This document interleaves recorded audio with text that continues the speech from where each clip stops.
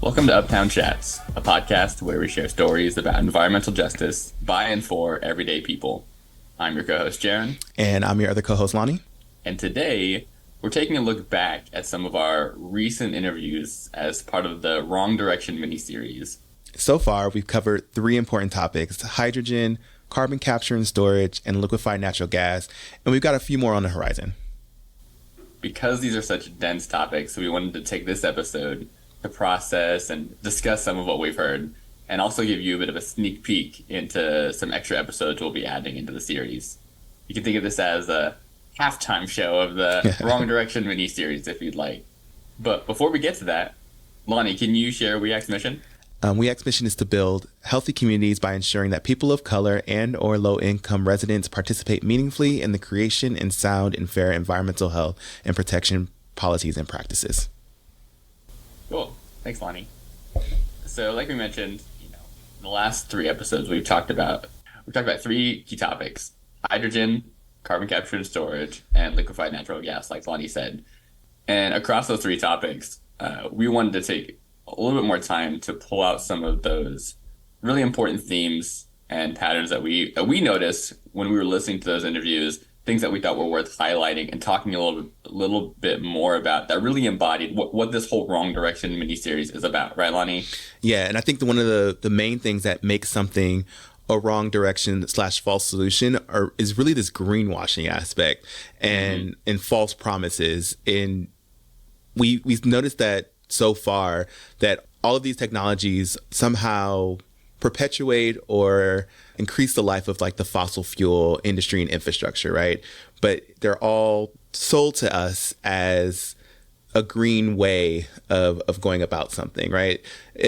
I'm thinking about like hydrogen, for example, having so many different colors. And one of them, like most of them are all really bad. Like there's nothing good about them at all. And except for green hydrogen, which has the term green in it, right? So to make it sound a little bit better. Yeah, and inherently in there too was like the producing of the hydrogen. Like so many of those different colors that weren't the green one rely on actually using fossil fuels to produce the hydrogen, which makes no sense. It's like using a gas-powered generator to charge a battery. It's like, okay, I get what you're doing here, but like it's kind of against the point, It's a little ironic. And they get lumped in it all together. So when you talk about hydrogen, you don't necessarily know which one you're going to get. You might end up with this brown hydrogen that's like powered by coal. And so it's important that we've recognized that there is some greenwashing going on here. Yeah, and I think we've used this term greenwashing a little bit in some of the other interviews. I think maybe it's worth just taking a moment to really unpack. I think we've kind of gotten into it with examples, but really like unpacking like, what does greenwashing mean? At its heart, you're essentially taking a technology that is not either environmentally friendly or sustainable or carbon neutral. So some of those like key factors that we look at that are good for our planet and in some dimension often good in terms of their climate impact. And you're taking solutions that are inherently not good at those things, not very carbon intensive, very damaging to ecosystems, and framing them in a way that makes it seem no, these are good, these are good for us, these are good for our planet, good for us, and just essentially it's a lie. I mean, it's really I can't remember who said it best, but it's really just essentially lying about what this technology is really built to do and what it delivers on. So what it actually does, and does it actually do the thing that we need it to do? A lot of times they're not even really reducing any actual greenhouse gas emissions, and there's still the negative impact that goes on with kind of community colors and low income communities of color and low income communities. Yeah. So just sticking for a moment with this, one of these main takeaways that, essentially all these different false solutions, all these different technologies that we talked about so far are really leaning into these false promises and greenwashing. Like you said, Lonnie, a lot of it has to do with just perpetuating our reliance on pipelines and infrastructure that like really embody, like really are a part of the fossil fuel industry, right? All of our fossil fuel technologies, for the most part, like liquefied natural gas and oil, like we think about pipelines and that as as a way to move these things to different places, and some of these other technologies like hydrogen and carbon capture and storage, basically everything we talked about so far, it continues to use a pipeline. It's like really just trying to, it seems like trying to continue to build out that infrastructure, an excuse to be like, well, we already have it, we should use it. Well, do we? Is that true? Like, should we keep building this stuff out? Because then it's essentially saying like, oh, we're continuing to invest in it, so we're just going to use it forever, right? It's just when do you stop? You know, Exactly. When you're digging up, you know, a hole in the ground. When do you stop? You're like, all right, I've dug far enough. I need to make sure I can get out of this hole. You know. Yeah, and another piece to that too is, you know, this idea of focusing on managing carbon or carbon management. And so we're missing some of the other impacts of the other chemicals and co-pollutants that are produced in these processes of trying to manage carbon. I even think that's just a funny term, carbon management. I don't know, it just makes me think of an office building structure. We're trying to manage our carbon, you know, to make sure it's not too unruly, but it can exist still. Yeah, absolutely. Like that's like a key part of the, you know, concept of greenwashing. It's like, oh yeah, you know, we're reducing our emissions. You know, see, this technology is helping us reduce our emissions. Well, what's the cost of that? Like that, are you reducing the emissions, but you're producing way more toxic chemicals and like releasing those into the nearby community? Like, well, that's a bad trade-off. I don't think that's worth it. That doesn't seem like it's really a net benefit. And so, that's like a classic example of the greenwashing, you know. But I think a part of that too, you know, a part of that same thread of trade-offs that are really just not worth it at the end of the day. Something that actually Manny said in our conversation around hydrogen is that some of these technologies, yeah, they're being framed as having a reduction in, you know, our greenhouse gas emissions, but that's not necessarily true, because some of these technologies require additional energy to actually produce them. You know, in the case of hydrogen, or in the case, I think we talked about this with carbon capture and storage, and a little bit with liquefied natural gas. You know, the extra energy that's used to produce them or to, you know, move them to a different state. And essentially you're just shifting, like this is, I think how Manny said it, it's a shell game. You know, you're shifting those emissions from, you know, the original use of the energy source, right, to the production of it in a different way. Like you're still at the end of the day producing those emissions, but you're saying that this technology, whether it's hydrogen or liquefied natural gas, that it's less carbon intensive, when it's like you're not capturing all the pieces of the process. It's a bit of a lie. Yeah, that's a really good point too, of just like looking at the entire process from start to finish and realizing, you know, where you're moving things, as shifting things, or as opposed to just actually eliminating something at its actual source itself. That's a really good point. And I think one of the things that stuck out to me as well was, I think Rochetta was talking a lot about the concept of not really benefiting from some of these energy sources, including like liquefied natural gas, which she was talking about specifically. You know, the United States has become an exporter of liquefied natural gas as much as we are using it. So we have so much of it, and we're producing so much that we can actually export it and sell it around the world. And that's not good either. If we're shipping and sending this horrible product to places that probably don't need it to begin with, and probably we're never going to be producing it. And so now we're shipping it around the world, and it just kind of adds to that compound effect.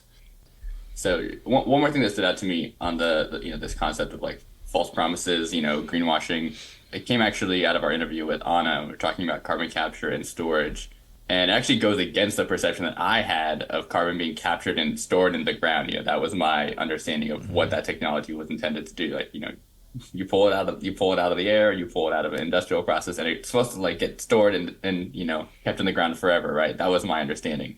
But she was talking about the fact that most of the carbon, at least as of now, most of the carbon that's captured through industrial processes, through this carbon capture sequestration, is actually used. You know, the last part she was saying is like carbon capture, storage, and utilization, and it's actually used for enhanced oil recovery, or, you know, pushing it into existing oil and gas reserves to get more of that out of the ground. And that's like really, really not green. Like that's like the farthest away you could get from being, you know, a sustainable technology. It's like literally we're capturing that carbon, and then we're going to use it to get more oil out of the ground. It's like, how could anyone hear that and be like, yep, that's what we want to do. That's moving us in a, you know, less, you know, carbon intensive, a better, more sustainable direction. Like, how is that? How are they getting away with greenwashing that? I think the problem is that no one's hearing that. No one hears that Yeah. piece. That piece gets completely left out of the conversation.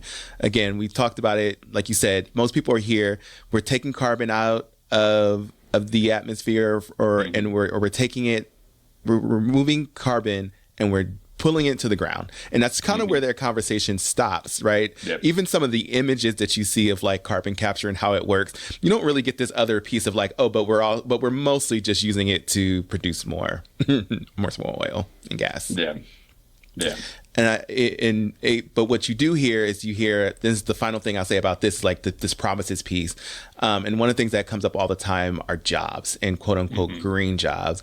I feel like this has been a political thing ever since the beginning of time of, at all levels of government, politicians really pushing this idea of jobs and working and making sure pulling their county or their city or their state out of some type of economic crisis by making sure that people have ability to work.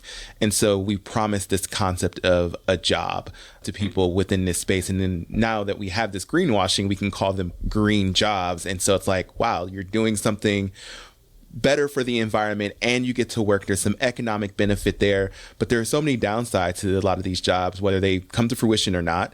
They don't necessarily produce as many jobs that they say they're going to produce. Also, there's a lot of health impacts of working in some of these spaces as well.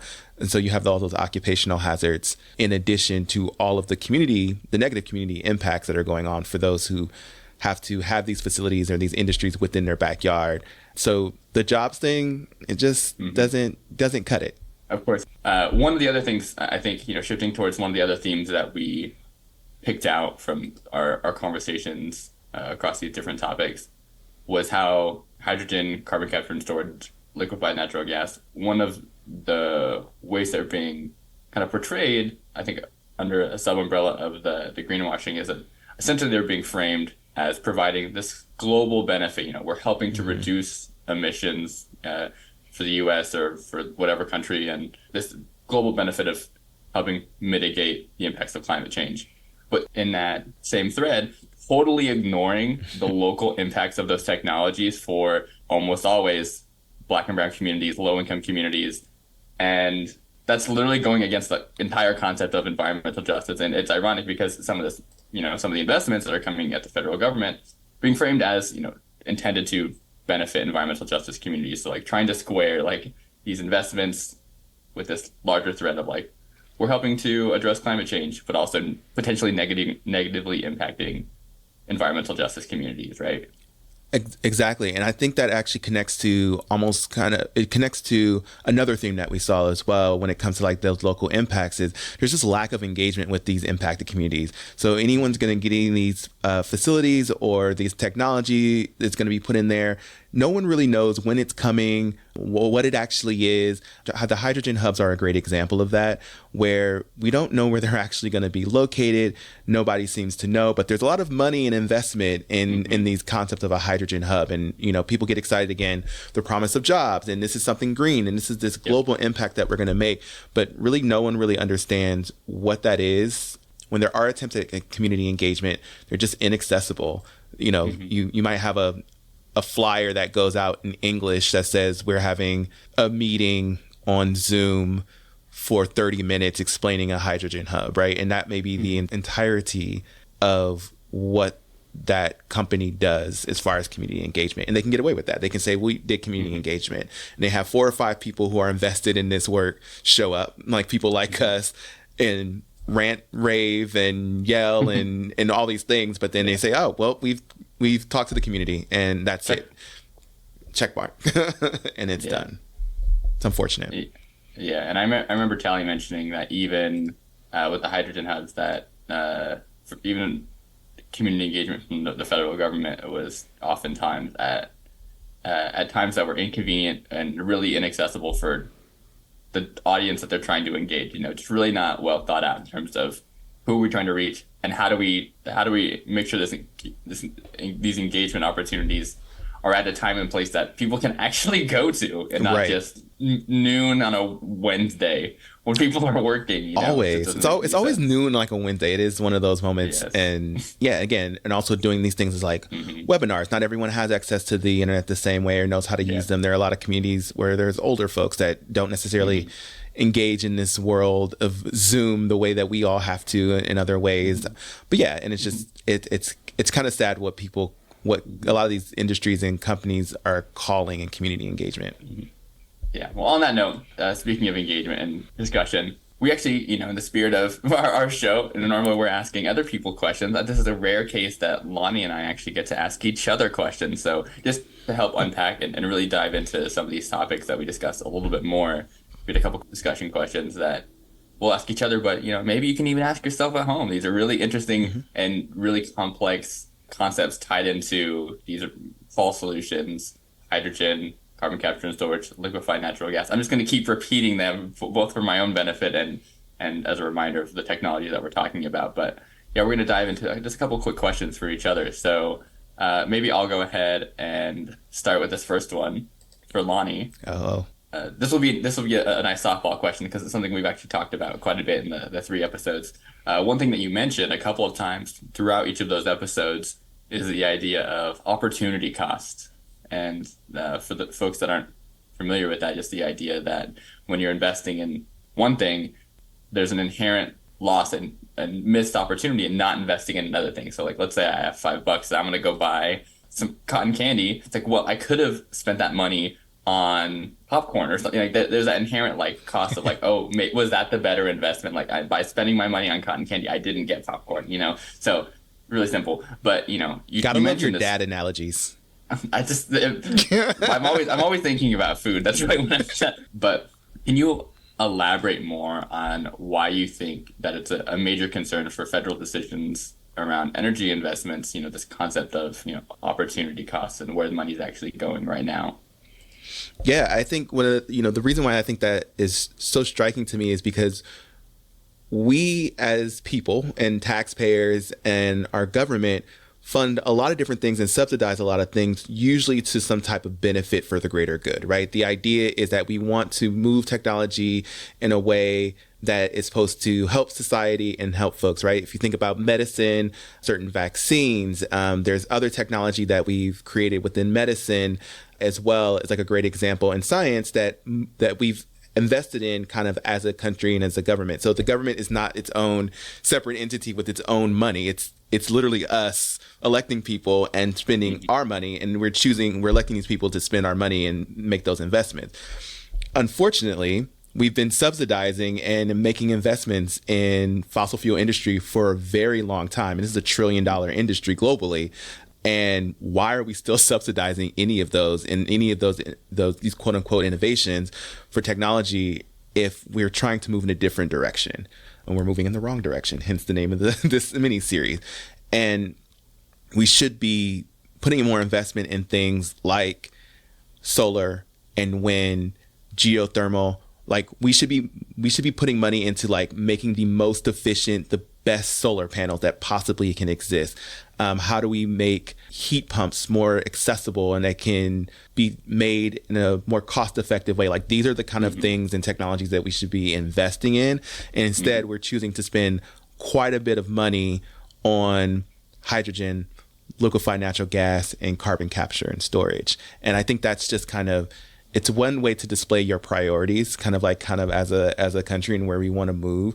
But it's also, it's kind of our money. Like, I don't want my money invested in things that are harming not just, the planet in general, but also communities of color, right? We see the negative impacts that are going on for some folks and not seeing much of a benefit for anyone at all when it comes to these, except for a small handful of industries who make billions and billions of dollars more by investing in these technologies. Yeah, absolutely.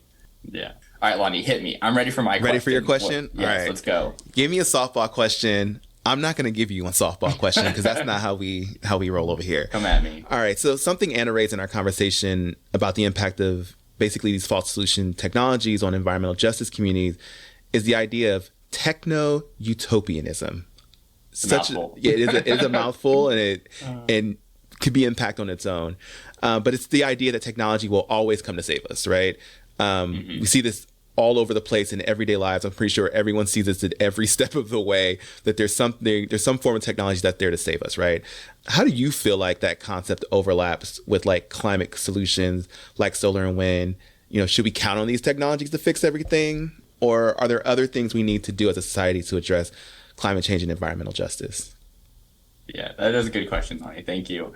And I mean, honestly, that's something that I think any true climate advocate, anyone living in an environmental justice community is also thinking about. Like, at the end of the day, as great as solar and wind technologies are, they still take up a lot of space. And anytime you have the conversation of how do we scale these up at the level that we need to like meet our current energy demand and the way that we're using energy now, like we would cover like the whole planet, where we would just cover every inch of the earth with wind and solar. And like, that's not the vision that anyone has, I think, for living on this planet, right?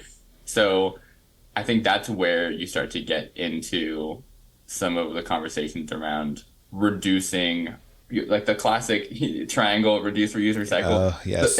It starts with reduce. The first piece of that is reducing our usage of energy, reducing our usage of products, reducing all of that, reducing our footprint essentially, because you can't expect that you can continue this same level of energy use or same level of product use forever. It's just not sustainable in the true sense of the word. And at some point we have to think about, first of all, just reducing our usage. So thinking about active transit, and using walking, biking, other forms of commuting, getting around, instead of single passenger vehicles or cars. And then also the efficiency piece of it, like how do we, I mean, that's getting a little bit into the technology side of things, but like just how do we be a little bit more efficient about how we use those things, and designing spaces, thinking about homes. Homes are a great example because they use so much energy. They're one of the biggest sectors that, of energy usage. Rather than trying to add all these technologies into these homes to shift where they're getting their energy from, but just make them more efficient, like add better insulation, add better windows, like things that we already have. We don't need new fancy technology to do those things. Make our homes more efficient and just more well designed to meet those needs and reduce our overall energy. We don't need smart house to not the smart house. Smart house. Deep cut. Yeah. So that's kind of where I think about that. And I think that the benefits that come from reducing our overall energy consumption and reducing use of certain products that maybe are really harmful to create, and becoming more efficient, like that will benefit everyone, especially, ideally, environmental justice communities as well.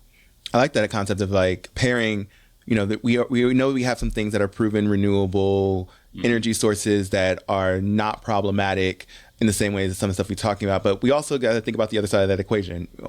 We need to reduce kind of our consumption of some of these things as well. Yeah. Which I know is hard. A lot of people feel like, I have to stop using, like, I can't drive everywhere. Like, I have to like do this thing, which I get, it's not easy to reduce your impact when you get used to a certain comfort or a certain way of living. But like, it also can be if we make it easy, Yeah. And to tie back to the question you asked me about investment as well, is just, always got to bring it back to me, but it's the idea of, but there's ways that our government collectively can help support that cultural shift that we need. Yeah. All right. One more question for you. Unlike other technologies we described, hydrogen actually has some potential uses in very limited contexts, like maritime shipping and steel production, which Manny got into a little bit, that are, potentially less climate intensive, produce less greenhouse gas emissions, and aren't super harmful in the process. How do you feel the issue of greenwashing impacts the ability for communities to actually identify and advocate for the technologies with true potential versus some of the other problematic technologies, especially when there's nuance like that? When you have a technology that has very specific use cases that are good, but a lot of them are not. Like, how do you frame that to communities to actually be able to parse those out? Yeah, and I think this keeps me up at night, you know? It's this idea that there's so much information out there. There's so many things being thrown at us every single day about so many different topics. How are we really trying to use what naturally kind of comes with this idea of categorizing, sorting things so that when we see certain things that we know it's good. Like I don't want to get into the whole biopsychology of how that works, but it kind of, we create these shortcuts in our brain, and unfortunately those shortcuts can sometimes be flawed and obviously taken advantage of. So when you hear someone say something's eco-friendly or it's green or it's whatever the case may be, you don't feel like you need to think deeper, right? Because you've been told that this is green, so it must be good. I can move on with my life and think about other things. That's just like part of human survival in a lot of ways, is being able to do that very quickly. Our brains are a computer in that way once we've stored a bunch of information. But our brains kind of store all of this information and then readily deploys it all so that way we can use it. So I think it's unfortunate when we have these technologies using these greenwashing tactics, because it does confuse people, and it makes people then kind of, it goes into their political life, right? So we start voting for people who want these things or saying that these things are good, and we're making the assumption that, hey, green can't be, bad, right? So I'm going to vote for this person because they're here for carbon capture, and carbon capture is supposed to be great, and that's what I'm getting from just what I'm taking in, and they don't really have the information to really kind of parse all of that nuance out, just saying that like this is actually bad. But that is what we're here for, and that's what we're trying to do here. We act, and just also with this podcast, right, is educating people to be able to take a second to question things. I think that's the most important thing anyone can really do at this point, is just question it. Find your trusted organization, whether it be a local organization or a resource that tries to make these things a little bit more simple to understand, and to really take a stance and really understand what's going on kind of behind the curtain is our goal there, is to get a peek behind that curtain that, folks don't get a chance to really see. Yeah. And also at the end of the day, like, when in doubt, like if you're like suspicious of a technology, like honestly erring on the side of caution makes sense. If you're like skeptical, people should have to sell you on that technology. You shouldn't have to take it at face value. So being skeptical is good. Yeah. That's it for our questions. Just giving you a little bit of a light into what's coming in the next few weeks. So we have one or two more specific topics that we'll be diving into under this umbrella of the wrong direction, technologies that are considered false solutions, or whatever term we're using now. I know Anna kind of made us question that term a little bit. Yeah. One or two more topics, and then we'll start to wrap up this series talking about cumulative impacts, which is really, kind of what it sounds like, looking at the net whole of these technologies and how do you think about all the things that are impacting a community, and then wrapping up thinking about this just transition, the idea of moving in the right direction and what we want to see. So that's where we're headed. We've got just a couple more weeks.